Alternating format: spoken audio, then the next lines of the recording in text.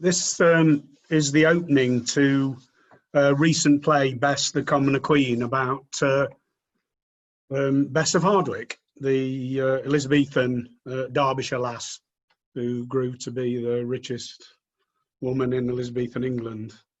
So Bess is in the Tower of London, and she's sitting there embroidering a tapestry. In these troubled times, fortune hangs by a single thread for those who gamble their lives at court to be held in good stead by her majesty. A body might equally lose its head for a life well led as a life of sin, for knowing who or who not to wed, for things right said or left unsaid. A sovereign's favour can be as cold as a cuckold's bed, as empty as a heart full bled, as untouchable as molten lead, as ignorant as a book unread. Beware thy next of kin. Suspect the place you're fed. Beware those who stay. Suspect those who have fled. The careful seamstress slowly sews her way to status, weaving her patterns between key players, binding each to each with pearls, not sequins, so that when the warp and weft of Catholic and Protestant are stretched on the rack, she might find herself supported by the frame and not at the end of a noose or an axe.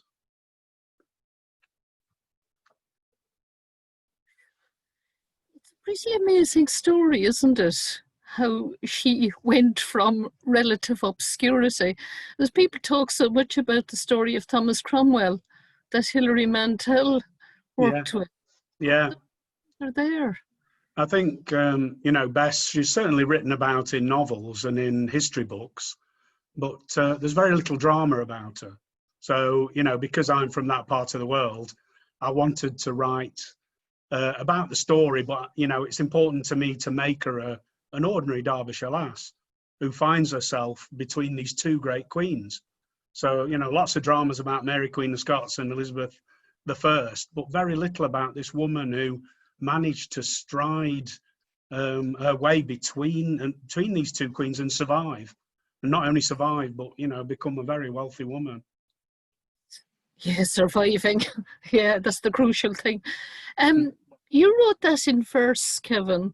And you're a poet and a playwright. Can you tell us something about using verse in plays? Because you do it quite often, don't you? I do, yeah. Bess is a mixture of verse and prose, which you know, I probably do more often than anything, because you're looking for how best to express the drama through the text, and sometimes verse lends itself better than prose.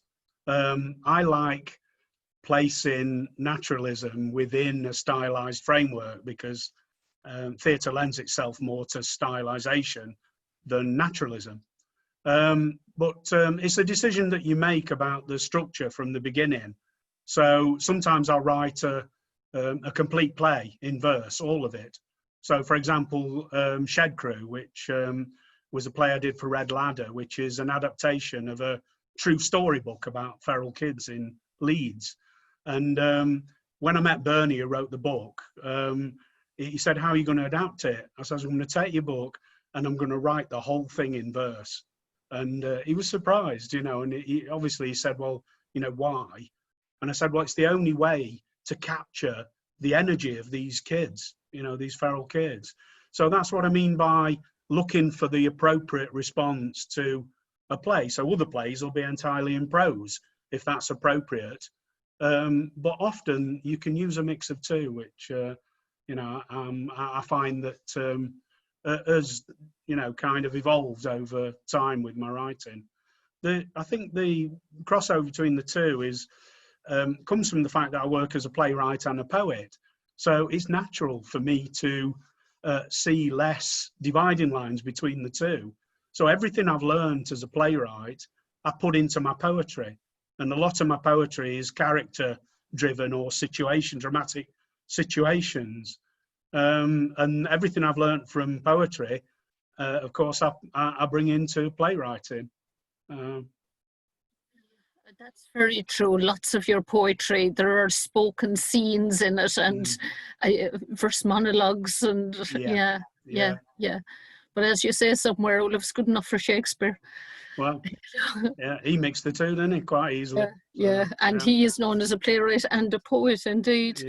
I was wondering, like, given that so much of your work is to do with live performance, I mean, I know it's impossible to ask what's the future of theatre now, but you must be quite concerned. Well, you know, theatre's been with us since we evolved, since we crawled out the caves. You know, we role play as part of our makeup as human beings, so it's there and it's been there from the beginning. So there's no reason to think that role play, that drama in our lives will disappear. It won't. It'll just manifest itself in different ways. You know, theatres will bounce back, but they'll bounce back more streamlined, and hopefully they will be more inclusive, because, you know, the problem with a lot of theatres is that, you know, they see participation as audience development, you know, which is very cynical. And the theatres that genuinely involve participants in productions, for me, are the ones that will survive, because they're rooted in communities. And you know, to sort of adapt Adrian Mitchell's phrase, you know, most people ignore most poetry because most poetry ignores most people. That can apply to theatre as well. You know, most people ignore most theatre because most theatre ignores most people. So we've got to get that right, you know, and this is a chance to do that. Go back and rethink. Yeah. I mean, you've worked with so many different groups, like members of the armed forces, the former mining communities and old iron works, female teenage rugby players, Barack Obama's half-brother. Yeah. Of all these groups, working in prisons, working in youth, I mean, lots of these are groups that playwrights don't normally work with, as you say, the ignored groups. Yeah, but, you know, think of the, you know, inspiration that those communities give you. You know, the last thing I want to end up as a writer is the sort of writer who, you know, can only write about writing and disappears up their own arse. You know, for me, it's really important that I draw on the communities that I work with.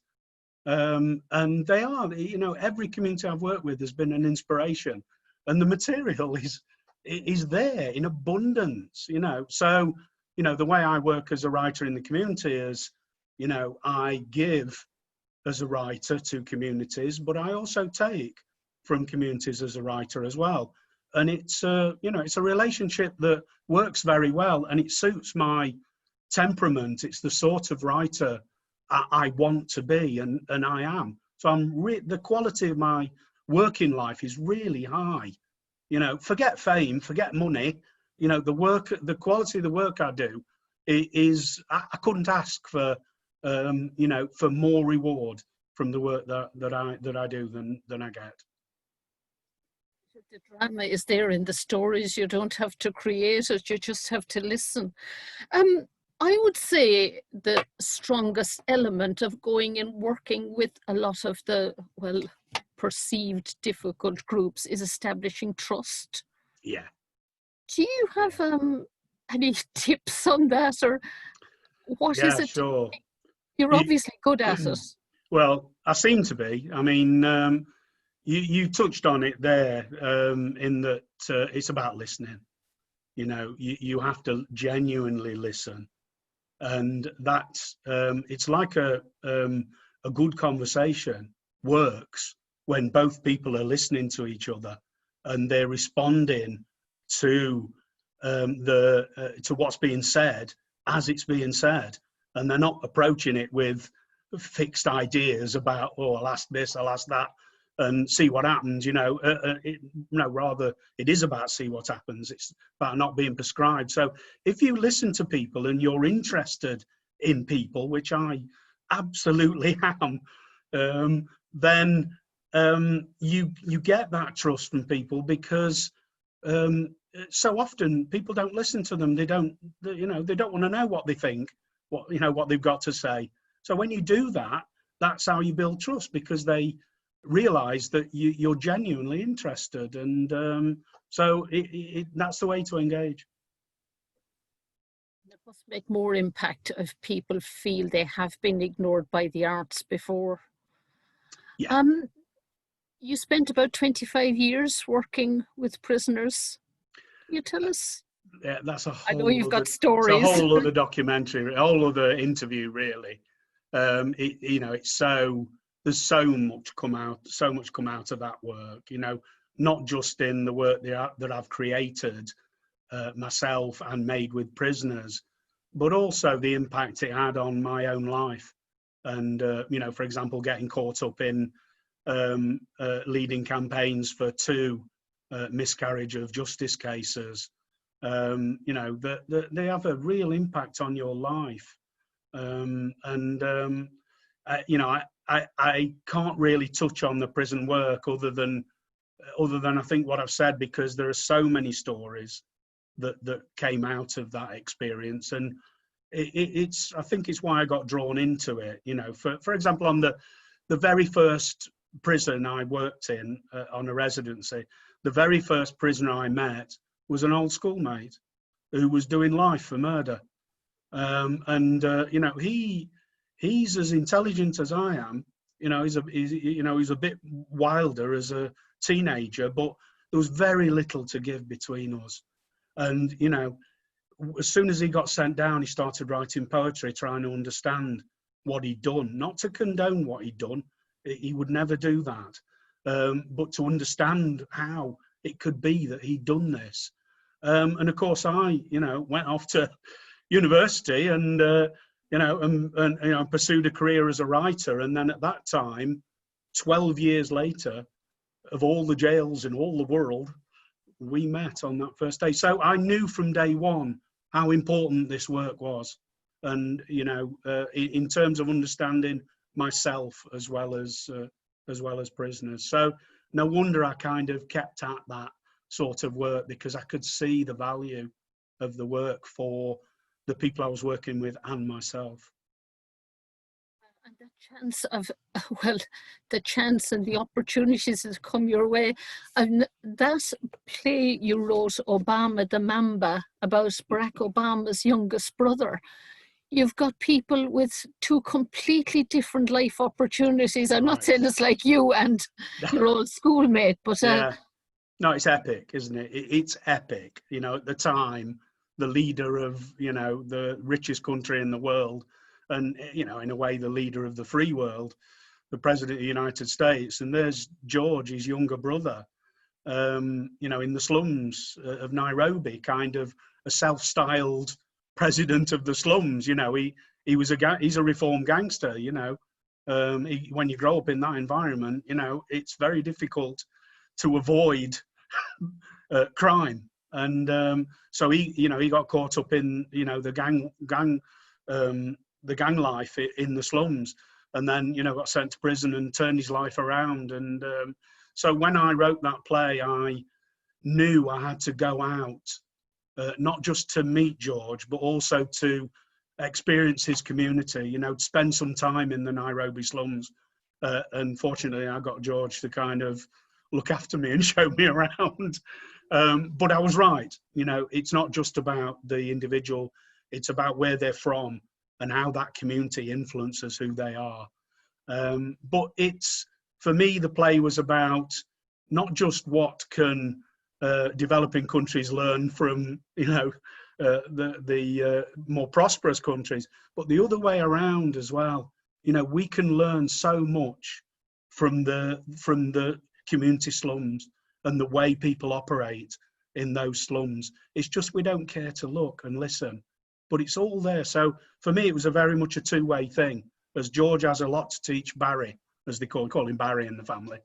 And you know, and Barack has a lot, of course, to teach George. So it's a fantastic opportunity to write something about two individuals whose lives were of you know, epic proportions. Both in your play, and I've seen clips of him speaking, he's obviously a very charismatic person too. But he's got his own leadership qualities and a sense of himself. Well, I'm glad you say that, because, you know, the play throws up the notion that, you know, had George been born into Barack's life, could he have become president of the United States? And had Barack been born into George's life, could he be the reformed gangster? Because, as you say, they're close in terms of they're both eloquent, charismatic characters in their own right.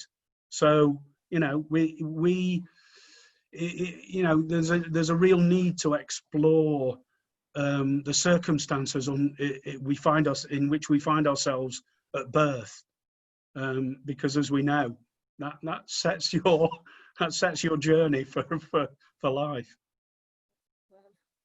That's going on in the education system at the moment, it's all too obvious. Making a clunky link here, talking of charismatic characters, you're currently working on a play about Dennis Skinner. What an opportunity. Yeah. Well, exactly. You know, I mean, you can see these characters fascinate me, you know. You know, I feel like I do understand why Dennis Skinner is the way he is. You know, I was born in Shirebrook, which is in his constituency. And, you know, at the time I approached him, I was working in Clay Cross, which is where this Skinner family is from. And I was meeting a lot of people who, you know Dennis and all his brothers. You know, it's kind of known as Skinner Town. And because I was doing that project there, it spurred me on to contact him, because I'd had it in mind for a while. And I sent him an email, and he phoned me up early the next morning. And he says, now then, he says, I don't do emails. He says, they can be held against you. I like to talk to people on the phone or direct, you know. I said, well, you know, if I was in your job, I'd probably be the same. And he invited me down to see him, you know, and he was obviously sussing me out, because he'd been asked before about, you know, whether, excuse me, he'd been asked before about, you know, someone writing dramatising his life story. But he said, they don't know me. They don't know why I am the way I am. And I kind of took that as a compliment, really, that if he was running with me, he felt that although we're a different generation, that I might have some affinity with him. And, you know, I think it goes deeper than that. You know, I think I have an affinity with him in belligerence. You know, I'm quite a belligerent character. You know, my wife says it's my default position. You know, and Dennis is a very belligerent character, as we know. So I found that interesting as well in the course of writing the play. Where he comes from, and with his accent and language, and being characterized as the Beast of Bolsover, for instance, you need to be belligerent to make your own way in Westminster. Absolutely. And, you know, of course, the man is very different to the image, as you would expect. You know, he has a great love of nature, and when you're with him, he bursts into song. You know, you'll know that tradition, you know, as an Irish woman. Well, Dennis is the same, you know, so you'll be talking to him, and then he'll just break out into a song. And the songs are all those kind of tunes that his mum used to sing to him. And as soon as he did that, I thought, this is the way into the man's soul, you know, and it's the way it will give me the structure for the play. So the play, I'm not saying it's Dennis Skinner the musical, but it's kind of Dennis Skinner Desert Island Discs, and you know, the three actors, and the music is a cappella. So it's about a cappella singing, which is what we do as human beings, and is very natural, and we all sing, even if it's in secret, and so, you know, this this gave me the structure to the play, was following the songs and how they inform his life, and in the play how they punctuate the drama. That's what I want the audience to come in and experience something they weren't expecting, because of course, with Dennis Skinner, you'll be expecting heavy political polemic. You'll be certainly be expecting the Clay Cross Rebellion and the miners' strike. All of that's in there, but it's done in a very entertaining theatrical way. Do you have any dates for that, yes, or? No, because of the current climate, of course. Derby Theatre have commissioned it. They're committed to producing it, so I've just got to wait my time until the theatres know how to tackle their future, and how to program work that allows for safeguarding. Is that what you've been working on during the lockdown period? It is, yeah. It is. I suppose the timing went well, because it did in that respect. But I work from home anyway, don't I? So lockdown isn't a big change for me in terms of my working day, my working week. There's very little change. The change is, of course, in that there's less work around, because there's less confidence about commissioning, but other than that, it's the experience isn't that different for me. But to think of the groups, for instance, those rugby playing girls, trying to establish a connection over Zoom or whatever it is they use. And I know they're very au fait, everybody, the kids these days, with the technology, but establishing that kind of connection over IT would be, like, you got involved in their lives and you went away with them. Were you in Australia or New Zealand? Where were you? Yeah, I mean, some of the gigs I get, Yeah, amazing. There's wonderful perks to them, there's such an adventure. Every piece of work I do seems to be an adventure, and that's how I see it, and the play about the girls' rugby certainly was an adventure. Batley Bulldogs girls team are UK champions, and the only time they lost was to an Australian team who came over on tour and beat them. So of course they wanted to go to Australia for a rematch, and were invited over there, and the families spent a long time saving up to make this happen.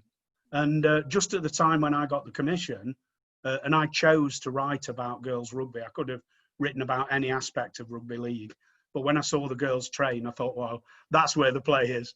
And as opportune would have it, they were going on this tour of Australia, and I was invited to go with them.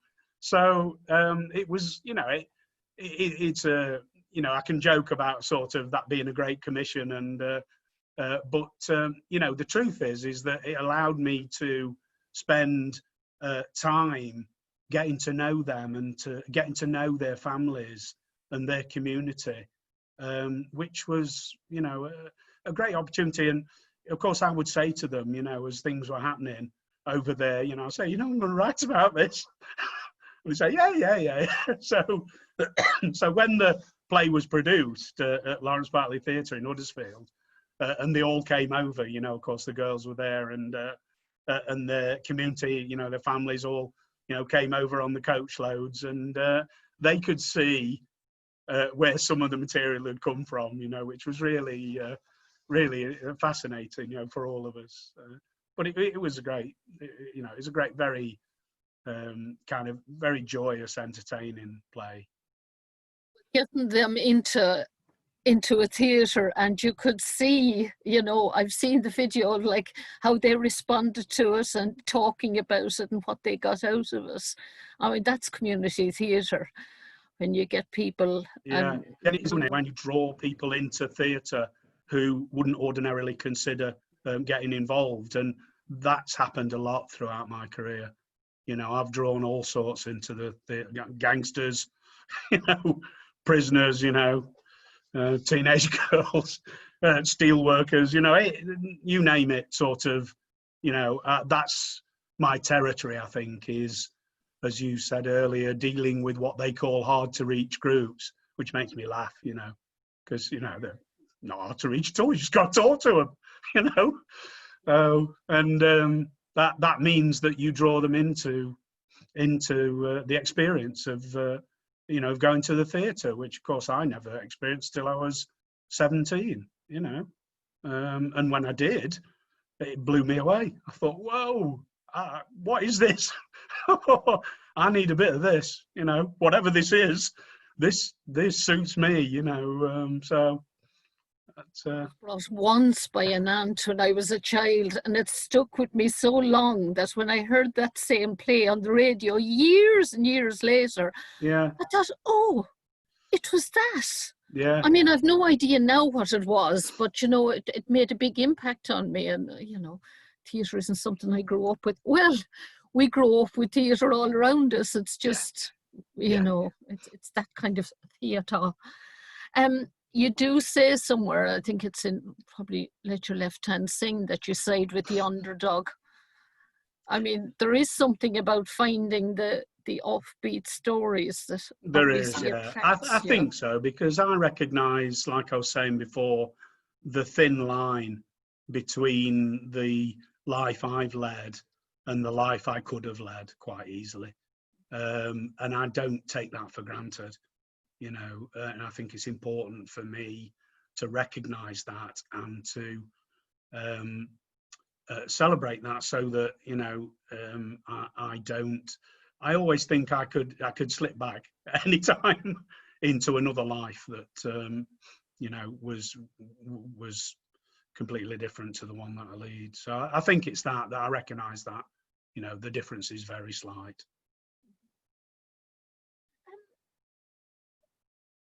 You worked with members of the armed forces. I don't know whether it's just me. I would have thought they would be quite difficult to get to tell their stories, or is it just my perception? Yeah, it is your perception, because as I've said before, if you genuinely go and listen to that community and you're interested, and then they want to talk, they want to tell you their experiences. I mean, I've written 2 shows over the years with veterans. But the recent one that you're referring to, at Birmingham Hippodrome, Reparation Island, was specifically to work with contemporary war veterans. So, people who'd experienced Afghanistan and Iraq and Northern Ireland, and their families, and the impact on their families as well. Obviously, it's not just about the soldiers; it's about their entire community. And the brief was to write a piece that they themselves could perform. And so when you write that sort of show, where it's not only based on interviews with that community, you're also working towards them performing it, it's incredibly powerful and poignant. When amputees and double amputees are on stage, and I've got them singing a drinking song called Legless, and the black humor that they have is, for me, is a real opportunity, because I kind of knew that I could write a song like that, a drinking song like that, and they would laugh and would find it entertaining and a joy to perform. There must have been an element of catharsis for them, because so many of them come back with post-traumatic stress disorder, one kind or another. Yeah. I've heard several stories of that and how it affects their families. Yeah, but getting to express it, I suppose that was my perception, that they would find it hard to express it, but that's your facilitation as a playwright. Yes, I think they do find it hard to express their experiences, and the post-traumatic stress they're feeling. But if you can channel it through an artistic and entertaining way, then that's different to sitting down and being in therapy. But it can be as revealing and as surprising to them as it is to the audience, what that can throw up. Was me thinking that their training is about repressing a lot of that stuff, that you know, that the process of unblocking it is challenging. Do you have a wish list? I mean, it seems that part of your work is coming from what story you want to tell, like Dennis Skinner, and part of is commissioning, like people asking you, will you write a play about rugby? Do you have a wish list of any group or person you'd like to work with next? I'm certainly open to anything. Yeah. No, I mean, you know, I kind of see it in terms of I'd like my next work to be my best work. And if you operate on that principle, then, you know, you're striving for the best, the highest quality product that you can, you know. And I also know through experience that each of those journeys will, as I said before, will be an incredible adventure for me as a person, as well as a writer. And I look forward to that. I genuinely look forward to that because it's such a buzz. You must have made a big difference to a lot of the people that you've told the stories of, that they've been there in the audience to see that. We have run out of time, so you've got a final reading for us? Oh yeah, okay. This is a poem that I wrote when I was working in Claycross recently. The residency was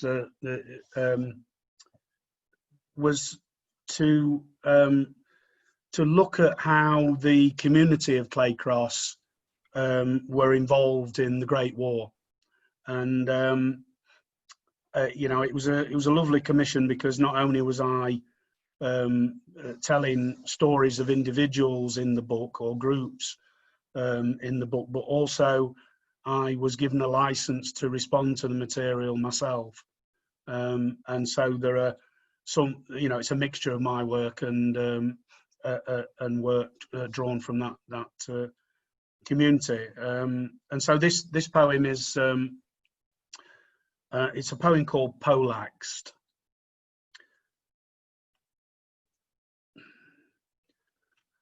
Because I'm trained as a blacksmith, it usually falls to me after battle to see to the horses. The survivors are helped back to the trenches where they are fed and watered and their wounds attended to. I round up the enemy horses like prisoners of war and take them to the compound. Finally, I take up the poleaxe and return to the battlefield to deal with the remaining horses. With the dead ones, I raise the hatchet end of the poleaxe and chop off the foot branded with a number, which identifies the horse and its role in the war. Horses that are still alive but fatally wounded have to be dealt with differently. A horse will look you in the eye for one of two things: to ask for your help or to defy you. I raise the pick end of the poleaxe and with all my might strike a blow between the eyes. I return to the trenches to clean and sharpen the poleaxe, ready for the next assault.